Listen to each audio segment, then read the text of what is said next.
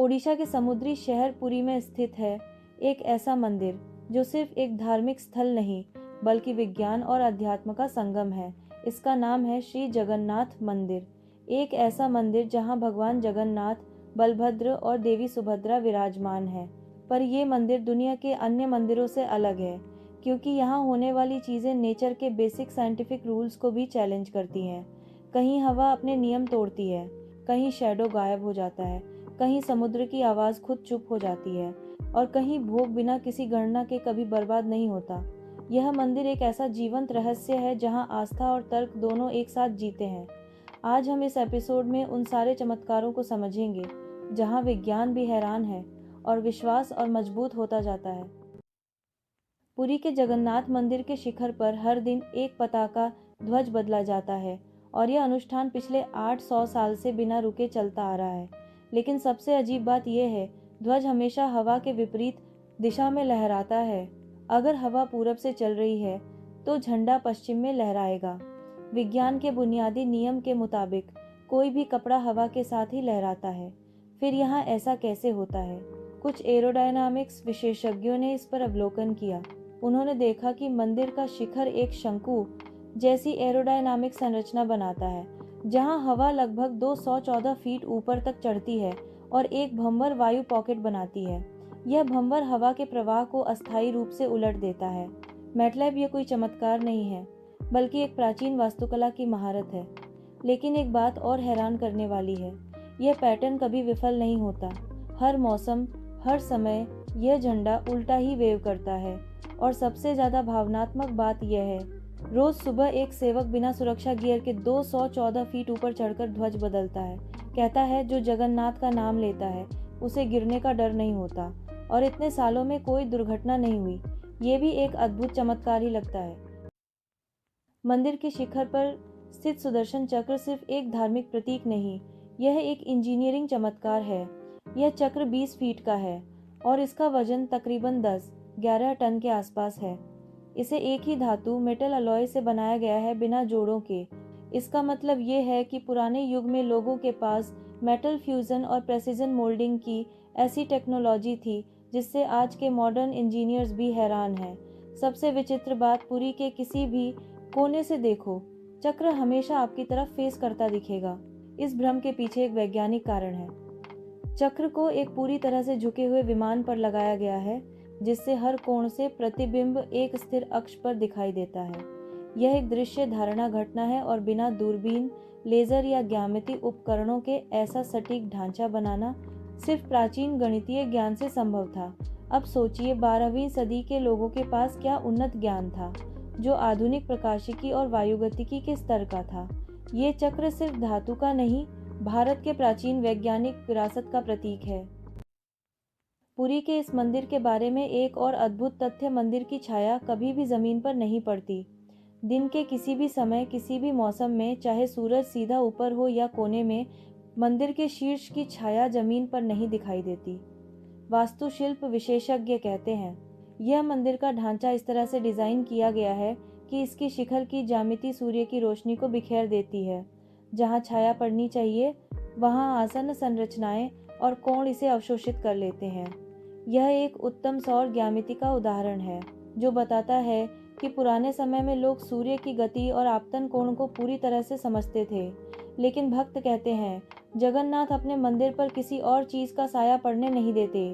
और जब विज्ञान और भक्ति दोनों का जवाब एक साथ मिलता है तो समझ जाओ, यह स्थान दिव्य और बुद्धिमान दोनों है। जगन्नाथ मंदिर का आर्किटेक्चर एक और अजीब चमत्कार दिखाता है। यहाँ हवा ऊपर से नीचे की तरफ चलती है। तटीय क्षेत्र होने के बावजूद सामान्य हवा जो समुद्र से ऊपर की तरफ जाती है, मंदिर के शिखर के आसपास जाके नीचे की तरफ पुश होने लगती है। कुछ शोधकर्ताओं ने इसको रिवर्स बर्नौली का प्रभाव बताया। मंदिर का शिखर इतना एरोडायनामिक है कि हवा जब शीर्ष के पास पहुंचती है तो एक वैक्यूम जोन बनता है जिससे हवा नीचे की तरफ बल करती है। यानी जगन्नाथ मंदिर के पास वायु दाब और तापमान प्रवणता के कारण एक प्राकृतिक रिवर्स विंड सिस्टम बन गया है। लेकिन भक्तों के लिए इसका मतलब अलग है। हवा भी जगन्नाथ के आदेश में चलती है और उनके लिए यह एक आध्यात्मिक प्रमाण है कि प्रकृति भी भक्ति के सामने झुक जाती है। जगन्नाथ मंदिर का रसोई घर यानी आनंद बाजार दुनिया का सबसे बड़ा मंदिर रसोई घर है। यहाँ रोज 56 प्रकार के भोग बनाए जाते हैं और उन्हें 7 मिट्टी के मटकों में एक के ऊपर एक रखा जाता है। सबसे बड़ा रहस्य यह है, सबसे ऊपर वाला मटका सबसे पहले पकता है। ऊष्मा प्रवैगिकी के अनुसार गर्मी हमेशा नीचे से ऊपर जाती है, लेकिन यहाँ उल्टा होता है। शोधकर्ताओं का मानना है कि मंदिर के स्टोव के नीचे एक खोखला वेंट सिस्टम है, जहां से भाप सर्पिल गति में घूमती है। यह गर्मी को ऊपर से नीचे समान रूप से वितरित करता है, लेकिन आज तक कोई आधिकारिक तौर पर मंदिर के रसोई तंत्र का पूरा खाका समझ नहीं पाया। और दूसरा चमत्कार, कितने भी लोग आए, प्रसाद न ज्यादा होता है न कम। चाहे 2000 लोग आए या 20, शून्य, सटीक मात्रा का भोजन तैयार होता है। इसे भक्त मानते हैं। भोग जगन्नाथ स्वयं ग्रहण करते हैं, इसीलिए उनका प्रसाद कभी बर्बाद नहीं होता है। यह सटीक गणना, अंतर्ज्ञान और देवत्व का संयोजन है। मंदिर के पास बंगाल की खाड़ी के किनारे पर लगातार लहरों की गड़गड़ाहट सुनाई देती है, लेकिन जैसे ही आप सिंहाद्वारा यानी मंदिर के मुख्य द्वार के अंदर जाते हो, समुद्र की आवाज एकदम से बंद हो जाती है। ये कोई भ्रम नहीं है। मंदिर की बाहरी दीवार का डिजाइन एक ध्वनि विक्षेपण अवरोधक बनाता है। यह दीवार ध्वनि तरंगों को परावर्तित करके वापस समुद्र की ओर उछाल देती है, इसलिए मंदिर के अंदर कुल ध्वनिक मौन मिलता है। यह डिजाइन प्राचीन ध्वनि इंजीनियरिंग का सबसे अच्छा उदाहरण है। मंदिर के आर्किटेक्चर में फ्रीक्वेंसी फिल्टरिंग की कैलकुलेशन की गई थी, कुछ ऐसा जिसे आधुनिक ध्वनिक प्रयोगशालाएं भी सही करने के लिए संघर्ष करती हैं। और भक्तों के हिसाब से इसका मतलब है, मंदिर के अंदर सिर्फ भक्ति की धुन गूंजती है, दुनिया का शोर नहीं। जगन्नाथ मंदिर का शिखर पुरी के हर कोने से दिखता है, लेकिन जैसे ही आप मंदिर के बिल्कुल पास जाते हो, वो शिखर आंखों से गायब हो जाता है। इसको परिप्रेक्ष्य भ्रम कहते हैं। मंदिर के आसपास के बिल्डिंग्स और प्राकृतिक ऊंचाई ऐसे डिहाइन है कि जब आप निकट रेंज से देखो, शिखर का ऊपरी शंकु क्षितिज के साथ मिल जाता है। यह सिर्फ संयोग नहीं, बल्कि एक जानबूझकर वास्तुशिल्प चाल है, जिससे मंदिर का वैभव दूर से दिखाई दे और अंदर जाने पर भक्त का ध्यान भगवान पर केंद्रित हो। यह भक्ति और डिजाइन का संयोजन है, एक मानव और ईश्वर के बीच का प्रतीकात्मक संबंध। हर 12 से 19 साल में जगन्नाथ मंदिर में एक रहस्यमय अनुष्ठान होता है, नबा कलेबरा।